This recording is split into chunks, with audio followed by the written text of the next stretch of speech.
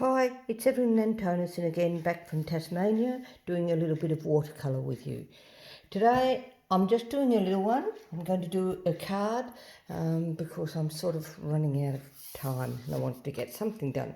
I'm using the Fabriano Ecological, it's actually a drawing paper again, the Designo one, but I use it for light watercolour wash as well, or ink and wash, it's brilliant for. Not for a heavy wash, it's a 200 GSM and I think it's a wood pulp, not pure cotton. So it's just something that I enjoy using sometimes. A soft surface, as all Fabriano papers seem to be. I'm using, for most of it, I'll be using a hockey brush or hake brush. Not a 1 inch one this time, this is only about a 1/2 inch I think, or 3/4 of an inch. I've got another, so that's a Chinese brush. I've got another soft Chinese brush here that's got a lovely long hairs on it, and a couple of squirrel brushes. That should do. I wet my brushes before I go, squeeze out the excess moisture, and then they're thirsty, ready to use straight away. For my colours, I'll be using 2 yellows. So a cool yellow, and I've chosen winter yellow because it's a transparent colour. In fact, all the colours I'm using are transparent. So if you look at that little square there, that is not, or not in focus, not coloured in at all, that's transparent. Then my permanent yellow deep in the Mameri Bleu. And again, it's a transparent colour. If you look at that little, where are we? That little square there tells you it's transparent.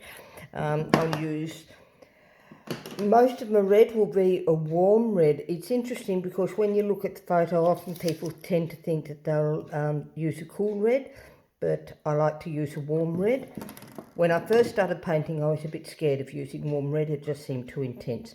I'll use ultramarine blue, but if I need to, I've got a bit of cyan over there, or Prussian blue. I'll go into the cool blue if I need to for the darks, and I might use a little bit of permanent magenta. So could be tempted to use purple, and if it's convenient for you to do. Really, the colours are up to you. Tone is really important, especially with something like this. So I do have a reference photo this time. This is close to home, a place called Dial Range at the back of Ulverston. This mountain here is a lovely one. It's called Mount Noman because of the shape of it that resembles the centre of the sundial. So to do clouds like this, timing is critical. I don't carry my clouds to the wrong shape. It really doesn't make any difference. I look at the photo and decide what is it I want to say. I want the contrast. I want the shape of the mountain. I don't always worry about shapes, but I will for this one. And I want the suggestion of the sunset, so the bit of colour. So let's start. As usual, I start with my yellows. So start with the cool yellow. And just make sure it's not too intense. And I can go right down on the paper here because the bottom's dark. I can paint over the top of it. Then I'm going to add in a little bit of warm yellow. It's actually quite tricky painting this small. I find a little bit bigger is a bit easier. So again, very gentle on the paper. I'm not pressing the brush down hard.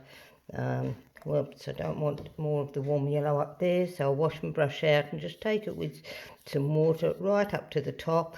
Then I'll put in, with this brush, actually I might use the same one, I'll put in some of my warm red. I've only just squeezed it out of the tube, so it tends to be a little bit heavy, so blend that in. It's a little bit too much. I want to blend it in a little bit more, so I'll take my other Chinese brush and I'll just blend that in there with a little bit more of the yellow. This was much better when I did it on my practice one, just trying the colours out. Then Because I've got a lot more red on here this time. It does. Here's the one I did just to see if my colours were okay. And I think it's going to be, oh, which way up does it go? It goes that way. I didn't put the mountain on, but that's my colours on just a bit of old a letter I got sent for something. So that's done on reflex paper. And I wasn't trying as hard. Now I'm really trying to get it right, and it often makes it just that bit harder. More red down here, so I'm going to put that purple in there, and I want that to shine through. Doesn't matter if I can take that right down to the bottom, that doesn't matter. The mountain's going to go over there. Then I'll put in some of my ultramarine. With the ultramarine, I'll mix it in with the red to start with, just to put that in. And as I said, I'm not too worried about the shapes of my clouds. They don't really matter exactly what shapes they are, but I am following the basic line there, and then darker in up here. So I might need some more of the cyan in that. I want to make that quite a bit darker up there. No, it needs more blue. Not blue enough up there. These are work fairly quickly if you can, rather than slowly. I'll put a bit more blue in this here too, but I don't want to make it too dark, because if I make it too dark I will miss the contrast with the this has to be damp. Miss the contrast with the mountain. It has to be damp while you're putting it on. If it's not damp, that's probably a bit too wet. I've got a rain cloud up there. I didn't actually want a rain cloud, so maybe I'll put a bit more drier paint in here. A little bit of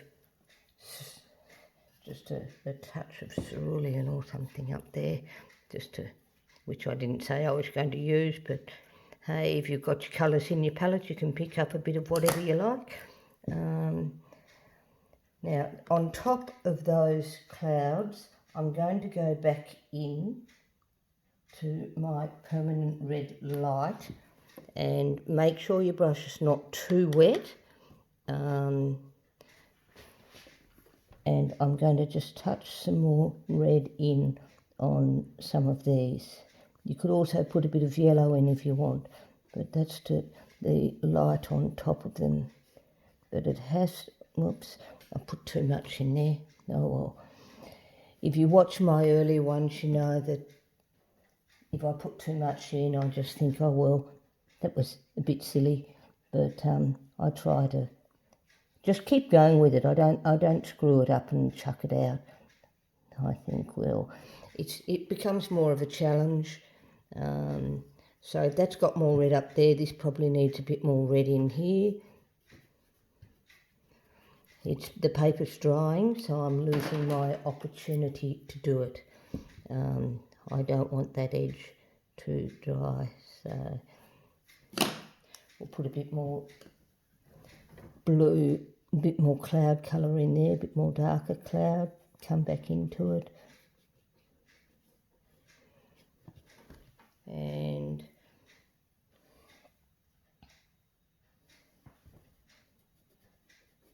now the other clouds are just to help me with my composition, because I've got too much of a gap in there. I've got too much of a gap down here. So I'm just putting these bits in to hopefully help a bit compositionally. Make that gap a bit smaller there so it keeps you inside the painting. I could make that top bit a bit darker, although is it a bit late? I may risk, I'll go in and make it a bit darker. I had a lot more red on my brush there than what I had before, so it has made it a bit brown, perhaps.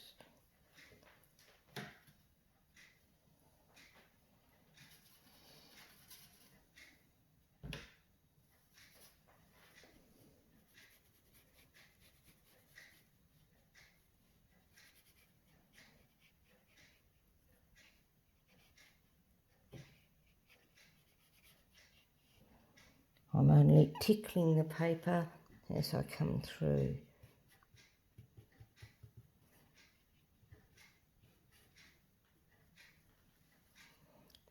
Okay, I might leave it at that. Always tempted to touch too much, although I like that extra little bit of pink in there.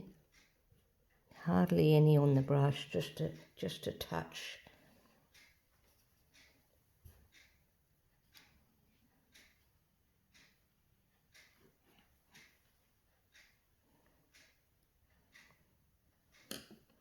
Okay, now if it wasn't on, oh no, well I can leave it. I was going to say maybe I should dry it with the hairdryer. Normally I'd just leave it. I can darken some of these clouds up a little bit here. So exactly the same colours as I used before, but not as wet paint, and this time using the squirrel hairbrush.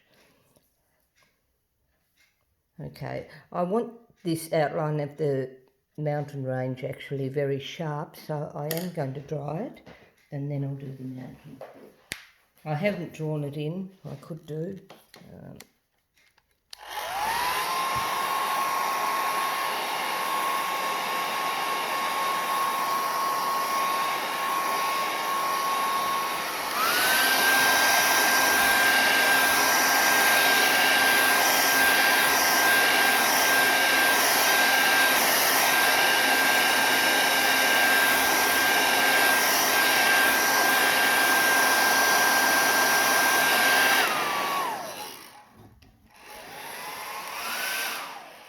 Now my tape's lifting up, so I've just put that down with masking tape. I hope those edges in there are nice and clean, because on a card I'm not going to obviously be putting a mount around it, so I want it clean. Now if you want to, you can draw up the mountain shape.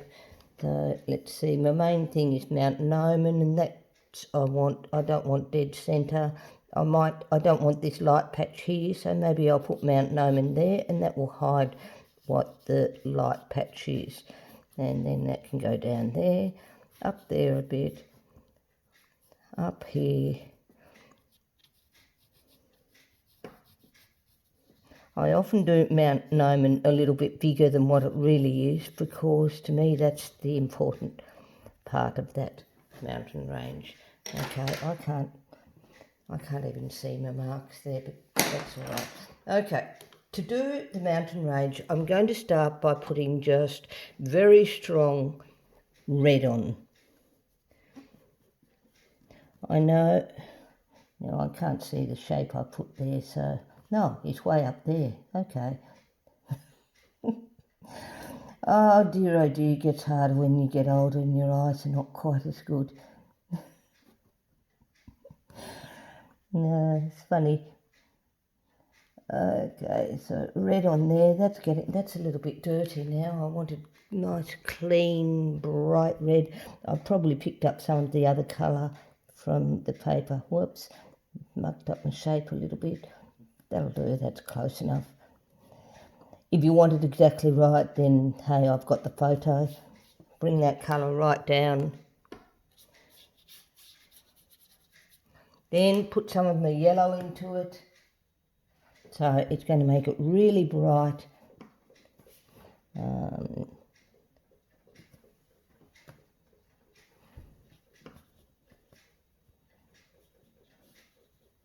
And then we're just about going to hide all of this.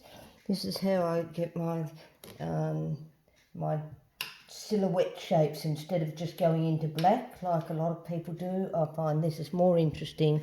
So I will bring my darks up from the bottom here, and as they go in, it will suggest some hills and things and make it much more interesting, and some areas where, whoops, you can see I don't always draw absolutely carefully with this. It's more about the drawing it accurately is not so critical for me. I'm trying to make a painting that has some interest. Now, with that, I've got some shapes there. I can't see any on the photo as far as where the hills go, and it does depend often on what the light is, but I'm going to make some suggestion of some you know, not all the one shape there. Not that I want it too varied, but so that's very lightly putting that paint in. Maybe I'll make it darker over the side there and up here.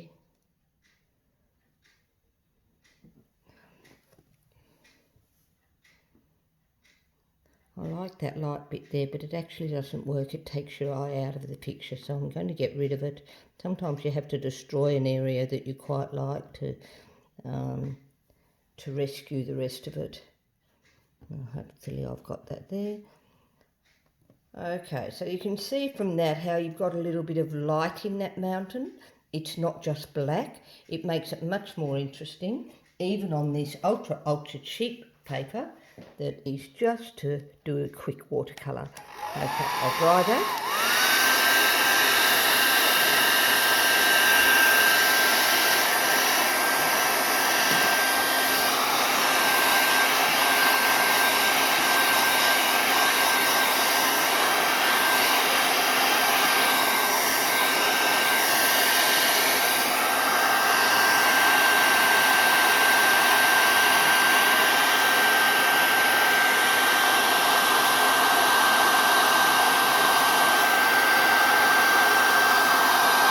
Now I'll pull the tape off, and then using the hairdryer to soften it, so I can get it off hopefully without tearing the paper.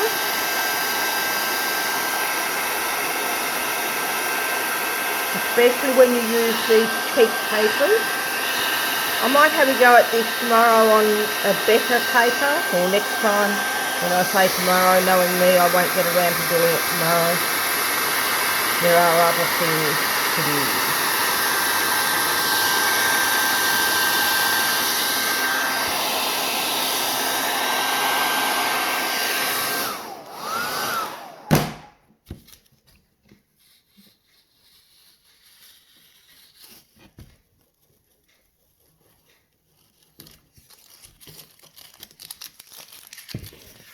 Okay. So now this paper irons very well, so what I would do then is iron that later so that it makes it really flat. It's not too bad, but it irons a lot better than what most other papers do, so I can get it really flat again. Anyway, my original photo that I took of the local mountain range and my interpretation as a painting. And I know a lot of you would prefer to use black for that mountain. I can always go over it and make it darker if I want it darker, but I rather like the interest in it. On the video it actually shows up a lot lighter here than what it does when I'm looking down here. They're not always identical. Anyway, I hope you enjoyed that. So, till next time, bye from Tasmania.